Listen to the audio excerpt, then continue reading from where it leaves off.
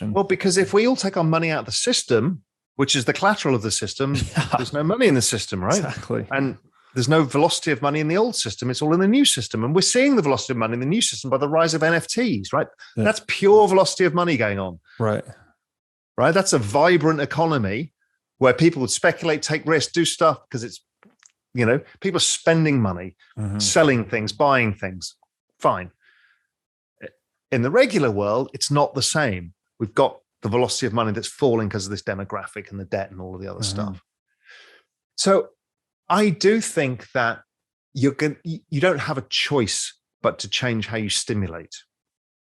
Because let's assume, as you and I have, that debasement is accepted. That is the only answer they've got, and it's going to keep going, right? So how do you stop the people revolting? Right. You have to give them money. So you're or opportunity. Redirecting the flow of the Cantillon effect or the redistributive quality of debasement away from asset owners and towards the working class? Capital to wages. It's capital to labor. That has to happen. Right. Right. And this is why the progressive left is going to be hard to beat. Because regardless of your political affiliation or your economic affiliation, it's populism. You've got 86 million millennials who are pissed at what's happened, and they tend to be more progressive in their attitude. Right. And they want the rights that their parents got, which is the rights of the American dream. The baby boomers never got it in the end. They kind of destroyed it all. Yeah. But so they are going to force, by voting power, progressive policies. And again, whether anybody likes it or not, because the nostalgia of the 1950s, of the current structure of the right, doesn't play to the young. Right. The 1950s is like talking about the 1920s boom time to you and I. It means nothing. Something we see in films or read in a book, like The Great Gatsby. Yeah. It doesn't mean anything. While the baby boomers, they were in their teens. It was Elvis Presley and rock and roll and the Beatles, and they want to go back to that. Of course they do. Everybody wants to go back to their teens, right? So I think that is likely to come, and I think that's the big fourth turning change that happens, that everybody shifts left. Let me ask you a question about this. So the metaverse, if this emerges in the way that you're describing, becomes something that's much more, let's call it mainstream, I guess, isn't this also simultaneously awakening people from the illusion of the nation state to a large extent? Because you're moving into this alternative reality that has its own money, has its own rules, has its own system.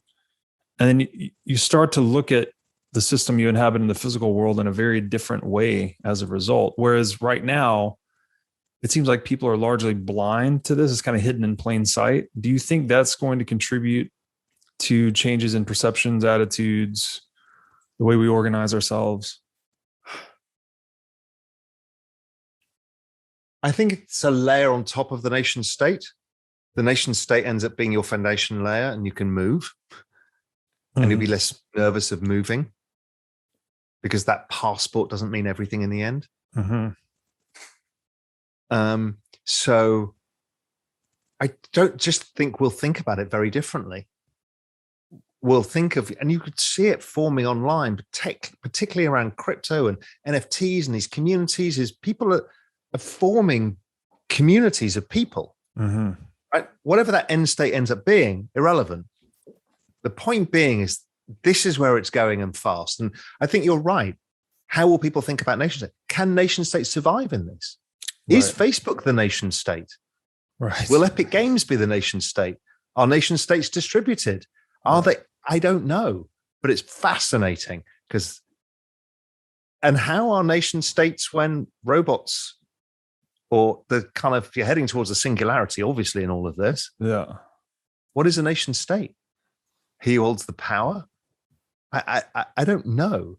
And there's a dystopian version of this, and there's a utopian version of this. Yeah. And humans will probably walk the middle line, as we always do. Yeah. And we'll flip between one and the other. But that's it's this period of the 20 years that I'm worried about. But the sooner we all start migrating, which you and I did a while ago, the easier it becomes to see that the emperor's got no clothing. The easier it is to realize, stop waiting for the big bang, understand what the game is. The game is not what you want it to be. The game is what it is. And you have to play the game you're given. Well, too many people spend so long angry that the game is not being played as they want it to be. Right. Nobody cares. Right? This is why everybody imposes their politics on everything. Nobody cares. Yeah. The game is what's being served to you. You deal with that. Play the hand you're dealt. I think it's excellent advice. And it's just occurring to me, by just denominating yourself in Bitcoin, you are able to see the truth of what's going on. Like, to your point, this boom in the equities market, like, it goes away when you denominate yourself accordingly. It also lets you participate in this price deflationary reality of the new digital universe, right? If you're just denominating yourself in Bitcoin, things are getting cheaper. Life's getting easier. So it's funny to me, like, it really does seem like we've diverged from truth significantly with all these economic machinations. And now the digital world is just kind of throwing water over it. And it's like revealing truth again. Yeah, I think that's right. I'm not sure what a deflationary world does to other aspects of being a human. Mm-hmm. Because it almost stops all spending. Mm-hmm. Because your money becomes the savings, the asset now. Right. If your money is the asset, then you don't buy anything. You invest, maybe, right? So it'd be a trade-off from consumption to investment. Why invest if your money goes up? You don't do anything. Velocity of money could go to zero if you're not careful. That's the only thing I can't get my head around, is how do you stop velocity of money going to zero? Which is what happened in Japan. Yeah. So I guess the general theory in Bitcoin, at least, is that if it reaches a maturity, it's only appreciating whatever your number, 2-3% a year in tandem with global GDP or equivalent. And so you would want to invest to outperform that. Yeah. The problem is between here and there. Oh yeah. From here to there, it probably goes to zero and Bitcoin eats everything. And that's actually quite problematic. Because right now, as I keep saying, is why would I invest outside of crypto? I cannot see anything that's going to give me that rate of return. So my money's not coming back into the financial system. Yes, I have a few lifestyle things that I do. Yeah. Do up your house and buy a new car and stuff like that. Yeah. But on balance, I'm not even investing in the regular economy. Yeah. Nobody's getting my money. But that's interesting. Nobody's thinking that through. Right. What happens to all this capital that's sloshing around for, startups and everything else? Well, the exponential age does mean that there is a chance that stuff performs extraordinarily. All of these technologies, from genetic sciences to AI to space to all of this stuff, they're all network effect businesses and they're all gigantic. So there is a chance that you can still continue to earn supernormal profits that will at times compete with Bitcoin and will exceed it at certain points in time. And that's great.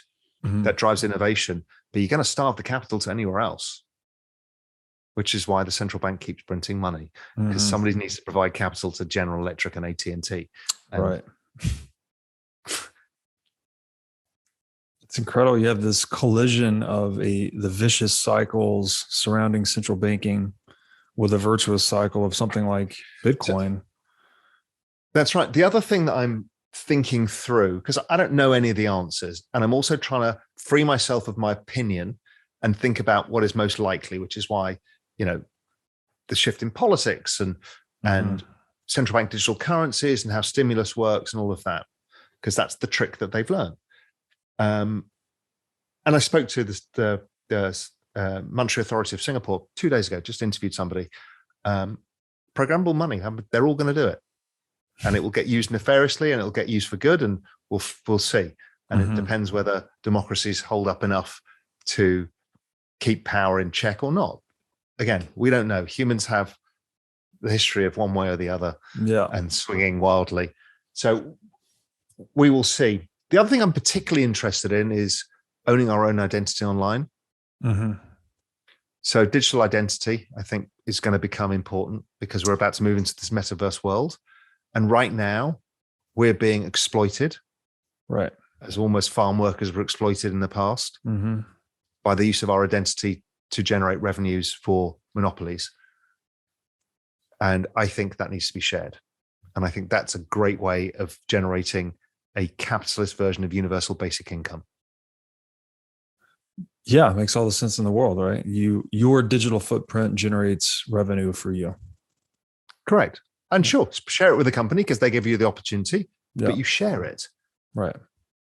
And then, okay, now we've done this. And the other thing, I talk a lot about is tokenization of communities. That allows you to invest in culture and earn different forms of income. All of this, I think, is some of the solutions that are going to help people, because digging stuff out of the ground, making stuff, including food and experiences, is all going to be digitized. The other thing that I'm trying to get my head around is also within my macro framework is everything digital goes to zero in cost of production. And that's going to be electric. And that's going to be electricity as well. Yeah. Oh, electricity. It's going to go to zero. That's what's going on. That is what the EV revolution, the green revolution is, green energy revolution. Technology is going to drive the cost of energy to zero. What does that mean for the world? Well, clearly it powers the metaverse. But what productivity does that unleash? That's a hell of a shock. I mean, that is... Because if you remember, oil has been roughly the same versus wages, blah, blah, inflation adjusted terms forever. Yeah.